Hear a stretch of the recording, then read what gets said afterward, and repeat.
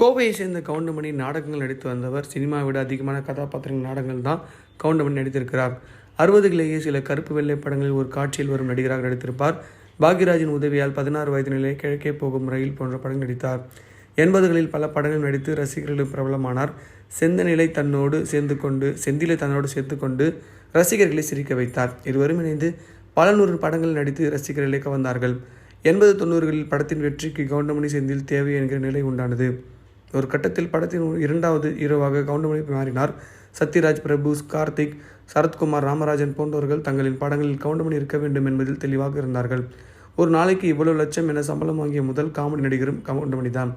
கவுண்டமணி செம்மையாக நக்கல் அடிப்பார், திமிராக பேசுவார் என்றெல்லாம் இவர் மீது விமர்சனம் உண்டு. ஆனால் தொழிலில் மிகவும் சின்சியராக இருப்பார். வடிவேலுவை காலை 7 மணிக்கு வர சொன்னால் மதியம் 12:30 மணிக்கு தான் வருவார். உடனே இடைவேளை, குட்டி தூக்கம் என 3 மணிக்கு வருவார். மாலை 5 மணிக்கு போய் விடுவார். இத்தனைக்கும்